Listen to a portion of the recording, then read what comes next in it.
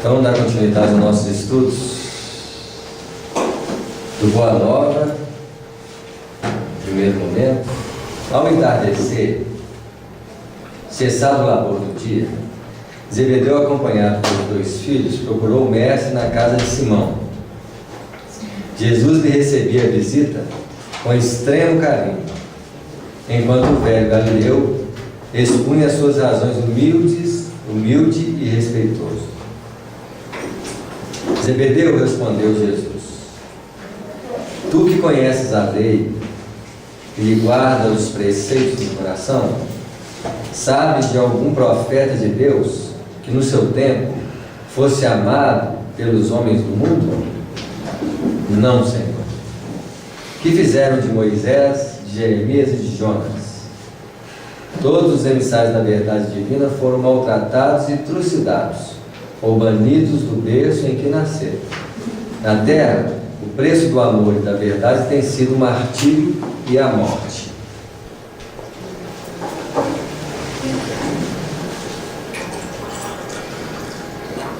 Talvez, na atual circunstância, o martírio e a morte não nos aconteça, né? Já que abraçamos a verdade de alguma forma. Mas podemos ser incompreendidos pela maioria das pessoas, principalmente por aquelas que se dizem companheiros, né? Então é um martírio e uma luta de nível diferente, porque nós podemos chamar esse tipo de ação de incompreensão dos dons, né? Onde somos pegos por características de autovalorização. E quando nós estudamos a doutrina, nós já achamos que sabemos tudo, né? Essa distorção faz com que a gente, ao saber que sabemos muito, achamos que o outro não sabe nada. Já criamos uma grande expressão de julgamentos, de controle, né? É onde talvez o Chico Xavier teve suas maiores exemplificações de amor, porque ele precisava, né, compreender as limitações daqueles que estavam do lado, começando pelos próprios familiares dele, que não dando conta do movimento de auxílio que ele criou lá em Pedro Leopoldo, respeitando os espaços, ele resolveu abraçar a perspectiva sozinho, né? Aí vem o movimento espírita e faz o quê? Julga-lhe o trabalho no primeiro momento, né? Como acontece com muitos trabalhos. Então, mas tudo isso é para que a gente possa sentir a nossa capacidade de compreender, porque para que nós possamos viver em meio à compreensão, nós precisamos compreender os limites alheios. O direito de conquistar um espaço, nós precisamos, em primeiro lugar, caracterizar o direito de estar ali vivenciando esses estados, né?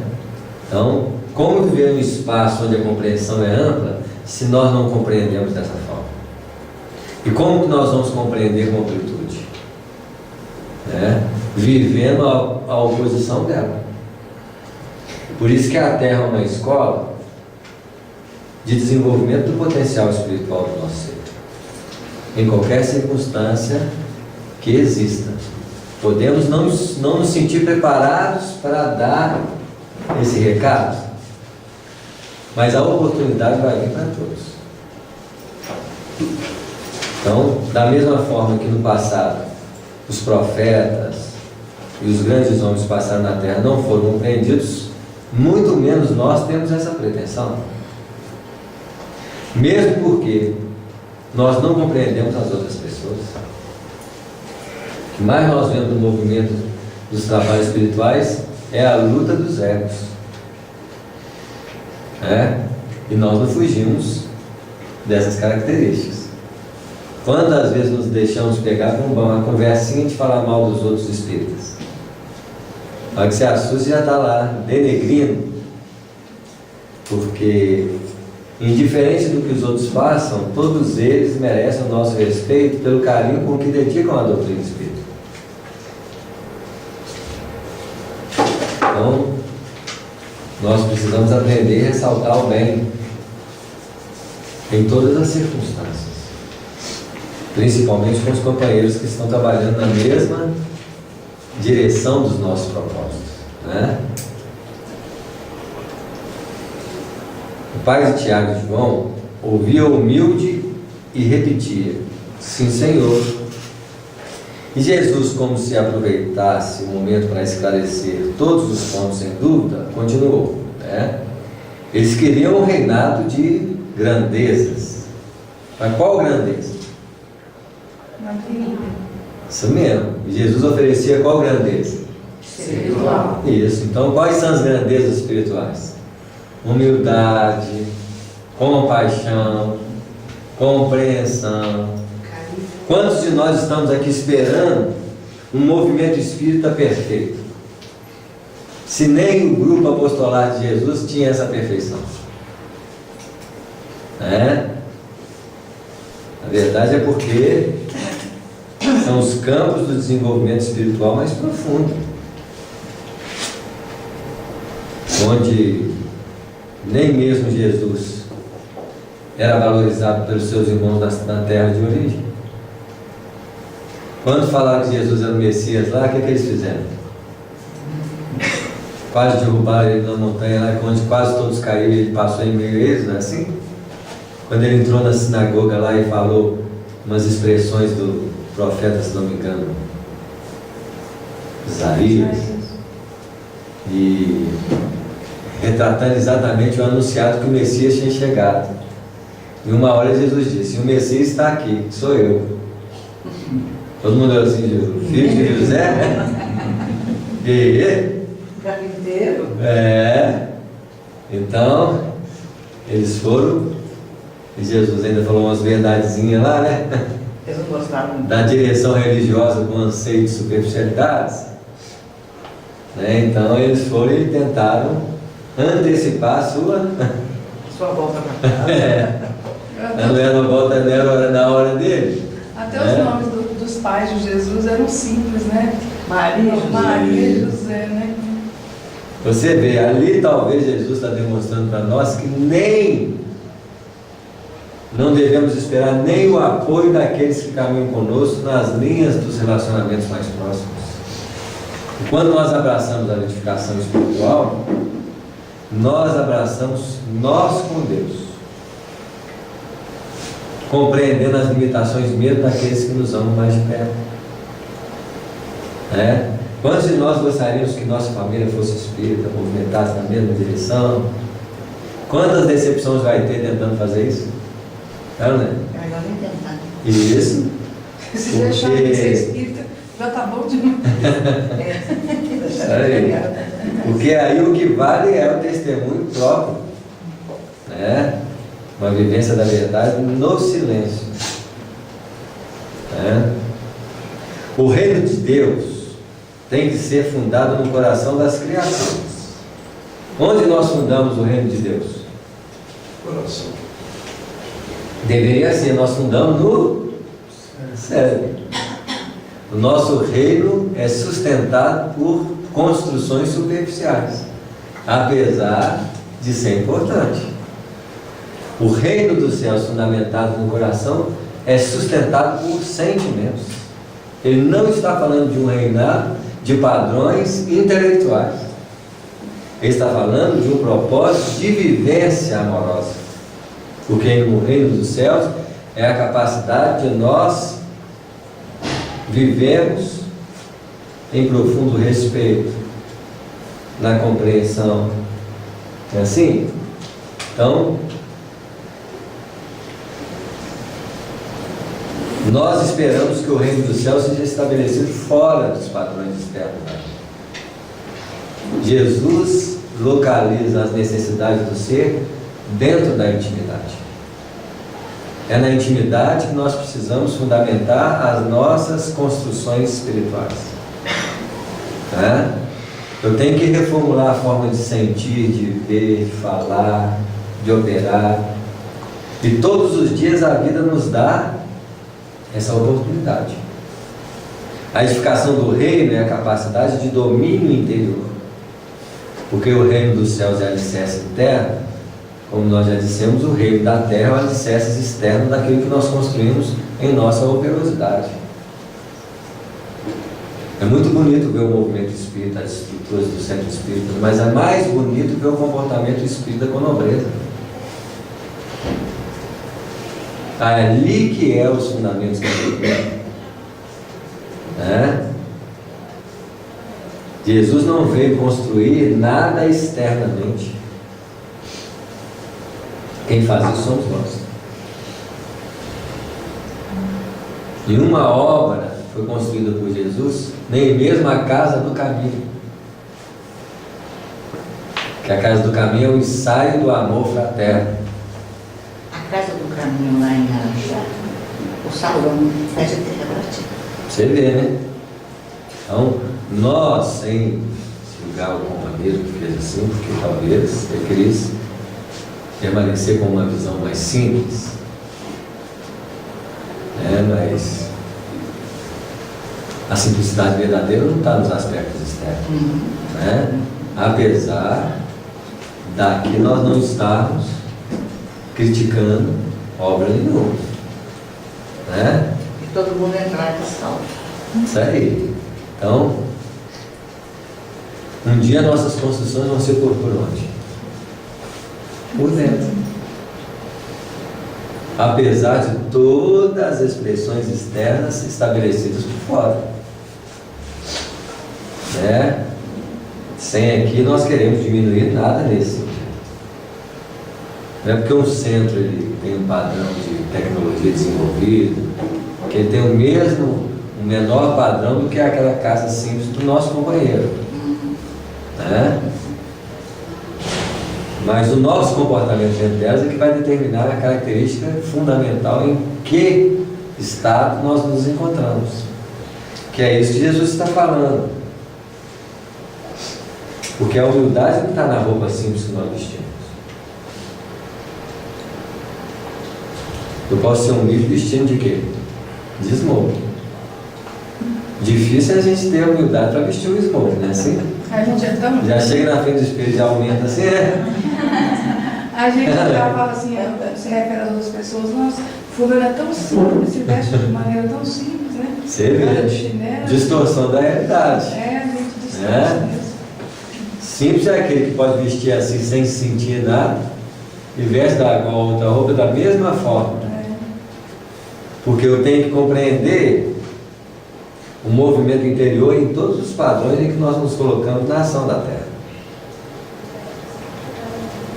Nós ainda voltamos os nossos anseios de conquistas espirituais nos padrões externos, demarcando esses valores para aquilo que nós fazemos e não para aquilo que nós sentimos e somos. Mas é interessante isso, sabe por quê? Se você chega numa loja para comprar uma determinada coisa, um objeto qualquer, a primeira coisa que a pessoa faz é olhar se você está bem vestido. Se você estiver bem vestido, te atende bem. Se você estiver mal vestido, essa é a condição do quê? Você não tem dinheiro para comprar aquilo que você precisa. Essa é a condição do mundo, né? Jesus chegasse lá... A pessoa não tinha nada para ele. Isso. Apesar de ele ter um magnetismo muito forte, né? Nós ainda não temos esse padrão de... Novamente a gente está batendo na tecla aqui que Jesus veio estabelecer o reino dos céus no coração dos homens. Então eu pergunto para vocês, onde estão os fundamentos da doutrina espírita? Tem que ser no nosso. Coração, né? Isso, na nossa realidade interior. Nós não vamos ser espíritas pensando, Mas sim fazendo, sentindo. praticando. Praticando é um termo intermediário. Sentindo assim? mais. Porque a prática é estágio. a necessidade de desenvolvimento do conhecimento. Porque se eu conheço, eu preciso o quê? Praticar. Praticar. O sentimento não. Ele já é a viva manifestação da ação. Que eu não penso quando eu sinto para agir. Eu ajo. Mas a prática, às vezes, vai nos ajudar a desenvolver esse sentimento. Diga assim, por Vai. exemplo, quando você vai numa campanha do pãozinho, você às vezes chega lá com medo e com receio, e aí, a partir do momento que você começa a ir, mesmo com dificuldade, depois de um certo momento que você consegue relaxar, você vai começar a abrir a oportunidade Sim. do sentir. Isso Né? mesmo. O sentimento é o padrão do desenvolvimento da razão. Porque se Adão gerou a Eva pela costela, é porque o sentimento sai de dentro do desenvolvimento das experiências de fora. Então, tudo isso é uma gradação de desenvolvimento. Mas o padrão da ação prática ainda pode ser muito superficial em relação ao sentimento. Mas ao longo do tempo, aquela experiência pode impulsionar o quê? O despertar da inteligência sentida. É que você chega para nós, né, Samuel? A gente faz porque sabe. Não é isso? Vai chegar um momento que a gente vai fazer porque sente. Isso. E quando você faz sentindo, você não pensa. A ação é o quê? Espontânea. E eu não estou falando aqui de uma ação automática. Que existe uma diferença entre a ação automática e a ação espontânea. O ato de repetir muitas vezes uma ação pode gerar uma ação o quê? Automática e espontânea. Tá claro?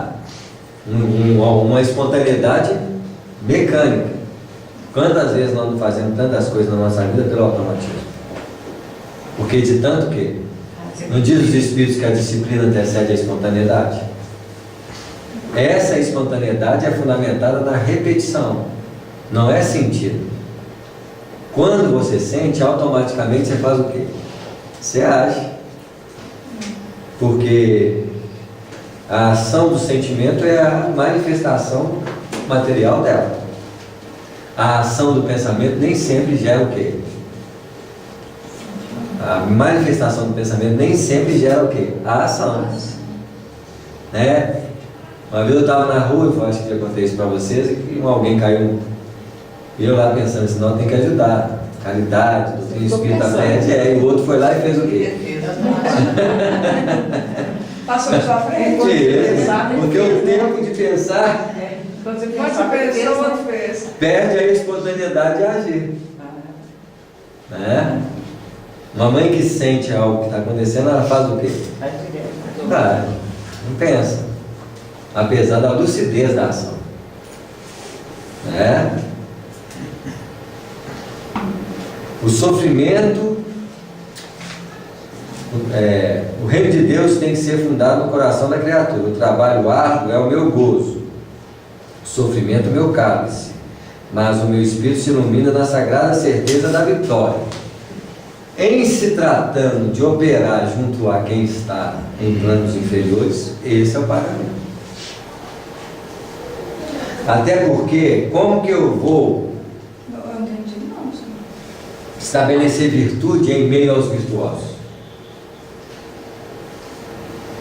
Então, as virtudes, para terem um efeito proporcionador de auxílio, elas se faz junto quem não as tem. E sempre vai ter um efeito contrário ao propósito estabelecido. Porque o efeito de quem não compreende é o quê?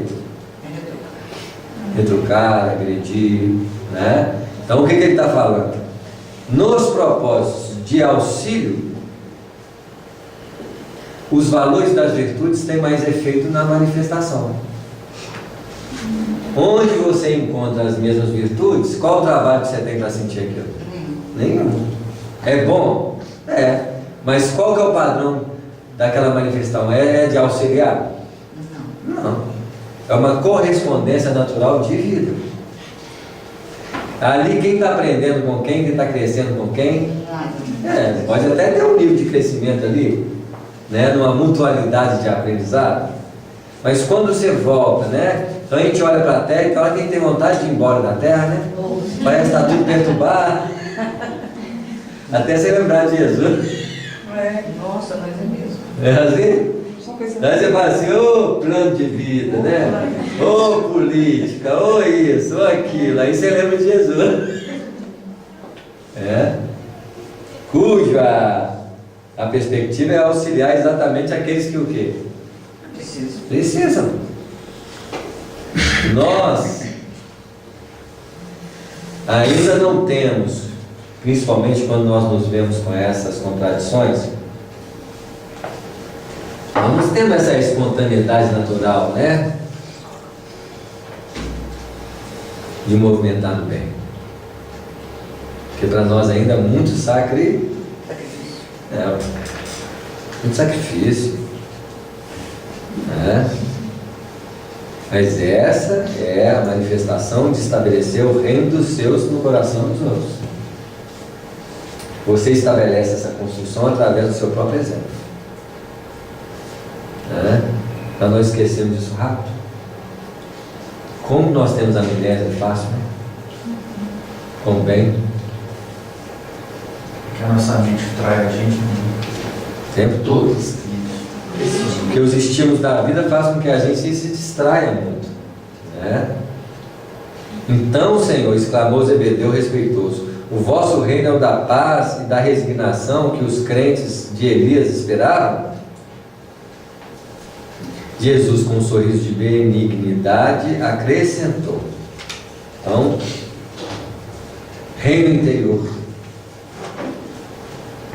Tem nada a ver com reino querido. Externo. Tem nada a ver com padrões externos. Apesar das construções humanas serem importantes, os centros espíritas, os trabalhos das creches, os trabalhos disso. Mas qual creche, qual centro que Jesus está construindo? Nenhum. Montou algum centro espírita? Não. Alguma igreja? Também não. Não. Não é os fundamentos dele? Não é o tipo de preocupação que ele precisa? O terreno de trabalho de Jesus é a intimidade dos outros. Ele sempre visou a interioridade das pessoas que estavam ao seu lado. Pouquíssimos de nós encontramos nas possibilidades do encontro com o outro uma possibilidade de auxílio. Nós não enxergamos em nossos relacionamentos os fundamentos desses passos. Jesus, com um sorriso de benignidade, acrescentou: a paz da consciência pura e a resignação suprema à vontade de meu Pai são do meu reino. Tem que olhar isso aí, né? Mas os homens costumam falar de uma paz que é a ociosidade de espírito e uma resignação que é o vício do sentimento.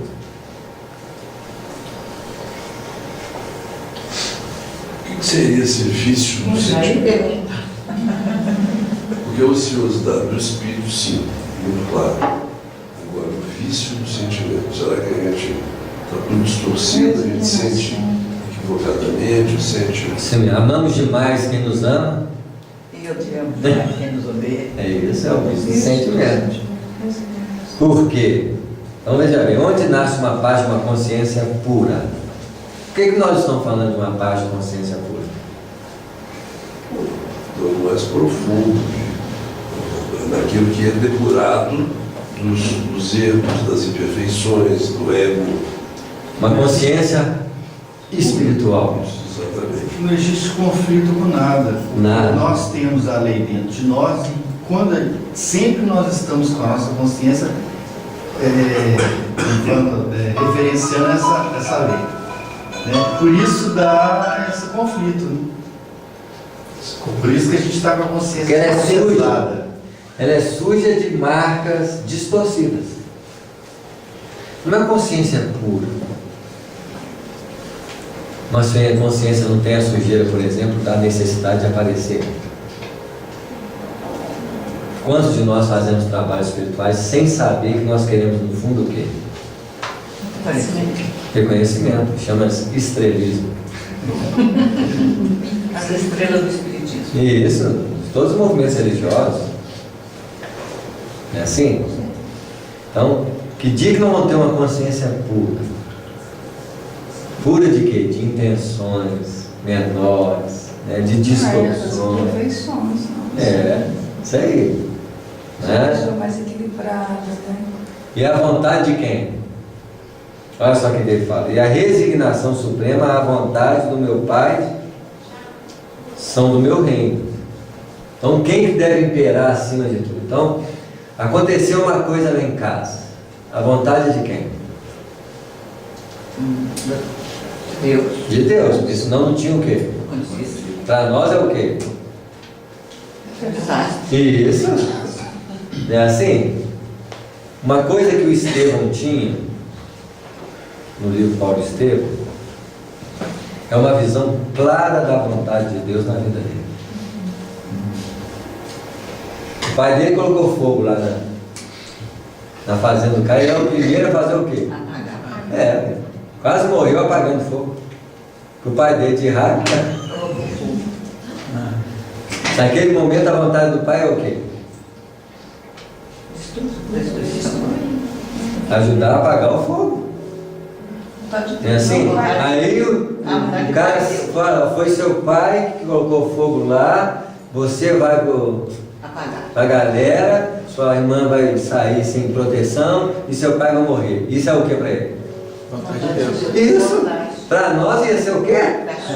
Que é isso? A irmã da galera, o pai dele. Isso! Vem cá, um adoeceu, o outro morreu, o outro. Que é isso? Que Deus fez comigo?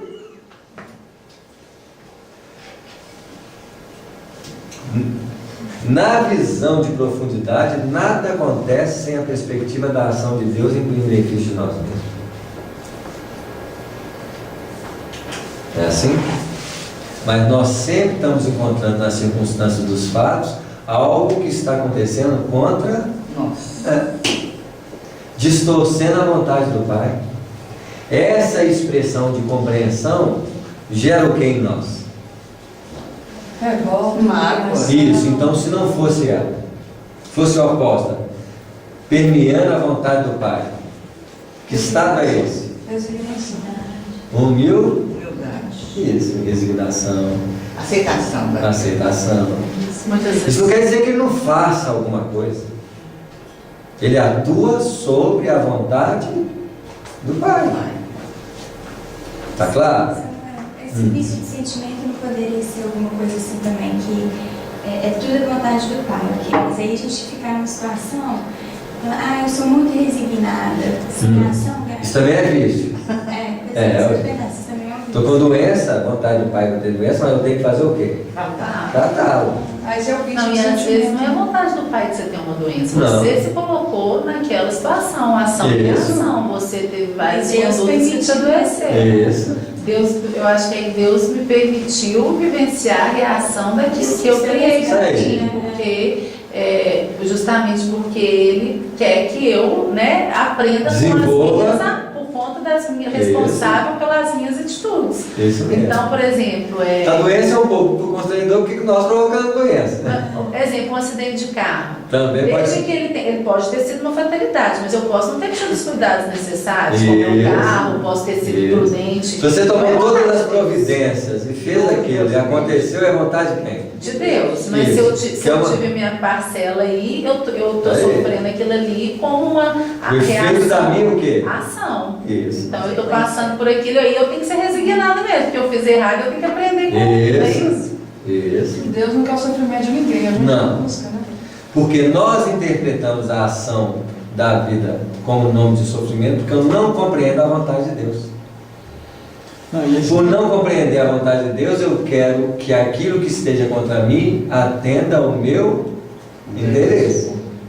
Como não está acontecendo, que eu chamo de quê? Castigo. Sofrimento e castigo. Complô. Vitimização. Isso, vitimização, revolta. O complô da natureza.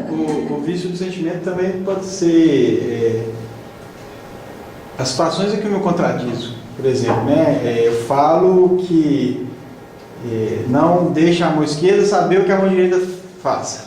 Primeira oportunidade que tem, eu vou lá e falo para alguém. Né? Então, o tempo todo a gente está se É contradizendo. o vício de se tornar o quê? Reconhecer. A gente tem um conhecimento muitas vezes, mas a gente não consegue sentir, que é o que você está falando.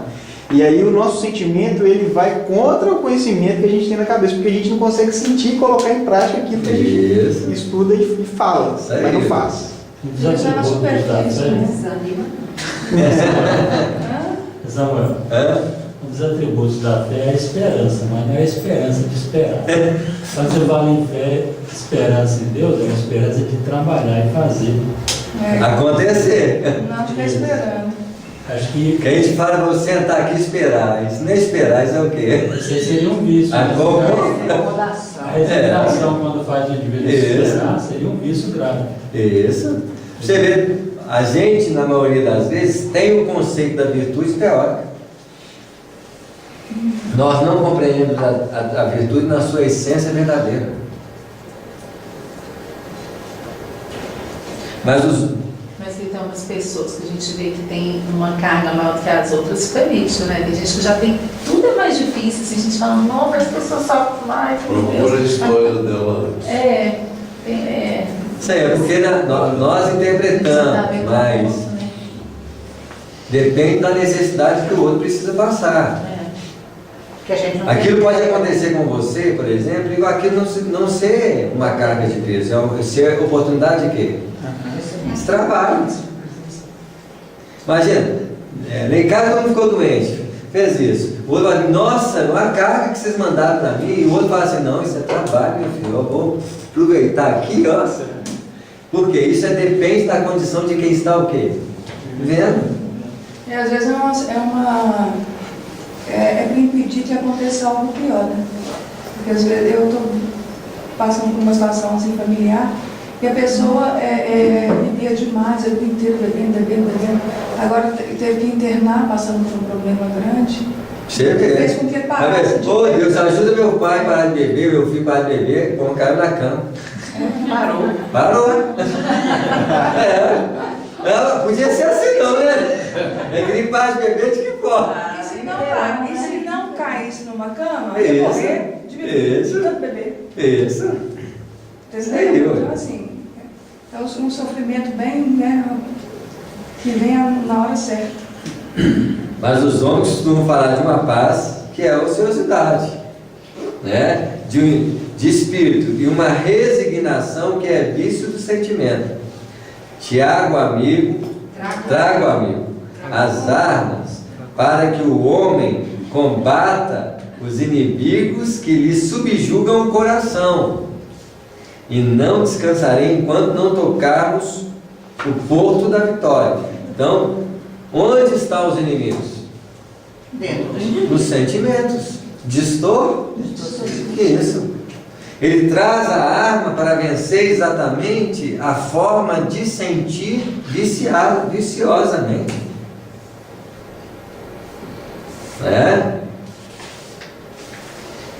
Eis porque o meu cálice agora tem de transbordar de fel, que são os esforços ingentes que a obra reclama.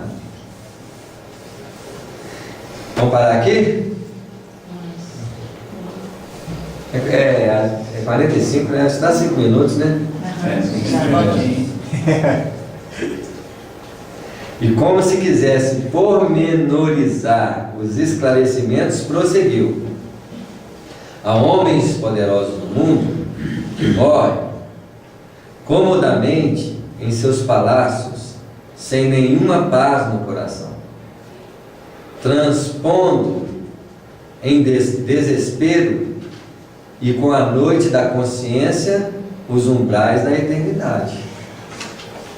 Então, nem sempre uma vida bem vivida é uma vida bem vivida espiritual. na sua Uma vida. vida bem vivida, materialmente falando. Isso. Né? Que pode representar esse homem que traz dentro de si o quê? O desespero perante a verdade da vida.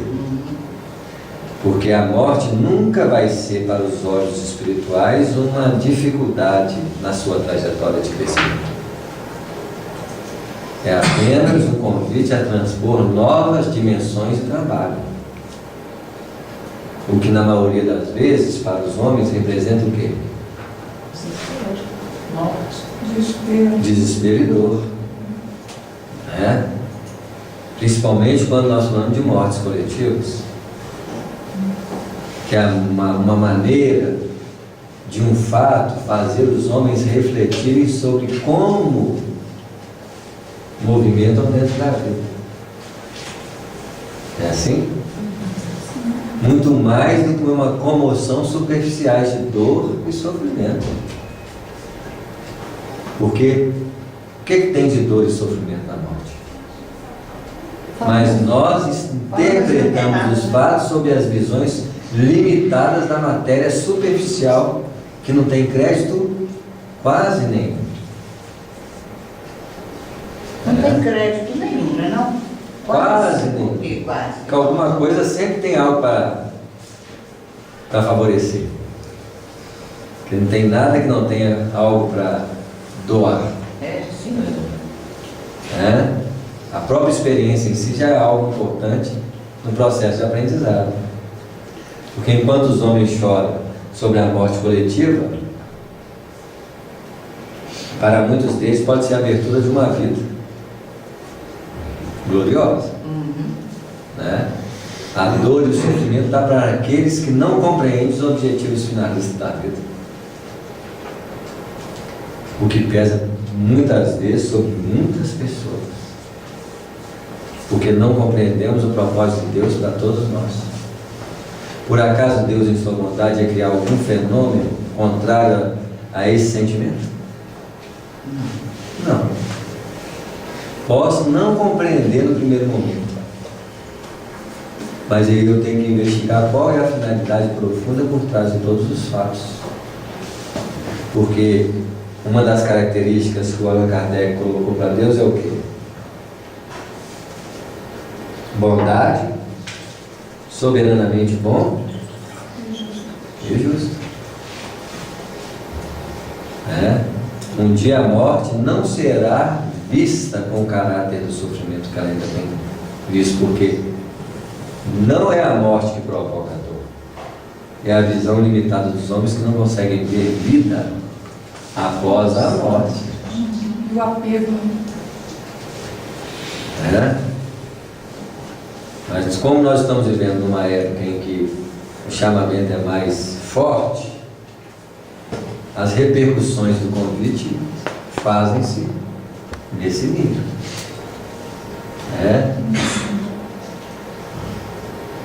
Nós seríamos muito gratos se nós desencarnássemos na intenção de estar trabalhando. Apesar de muitos companheiros estar indo para fazer aquilo, trabalhar. Não talvez com os padrões mais elevados, mas para trazer talvez alegrias para alguns. Então, ruim é quando você morre fazendo coisa errada. É assim? Por isso que seria muito bom nós nunca sairmos para fazer coisa o quê? Porque pode morrer no meio do caminho. Tem que deixar sempre as malinhas arrumadas, né, Samuel? Há lutadores que morrem na batalha de todos os momentos, muitas vezes vencidos e humilhados, guardando, porém, completa serenidade de espírito, porque em todo bom combate repousa o pensamento no seio amoroso de Deus. Nós precisamos sentir mais Deus, gente, junto conosco. Nós vivemos separados de Deus. Isso talvez seja a maior tristeza das criaturas. Porque no dia que nós sentimos Deus, nós sempre seremos o quê? Felizes. É muito difícil de não ver Jesus feliz o tempo todo, porque ele tinha uma sensibilidade de percepção contínua da divindade. Nós não temos uma sensibilidade da presença de Deus junto de nós. Talvez isso dê uma diferença muito grande no nosso movimento dentro da vida. Que alguém fala assim, alguém vai me assaltar. Eu estou com Deus. Imagina você ser assaltado com Deus. Não é outra coisa? Mas imagine você estar sozinho.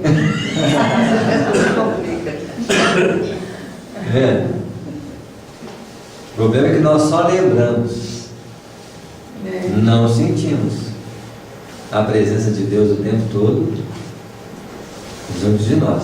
E olha que tem uma orquestra de circunstâncias e acontecimentos o tempo todo chamando a gente à presença de quem?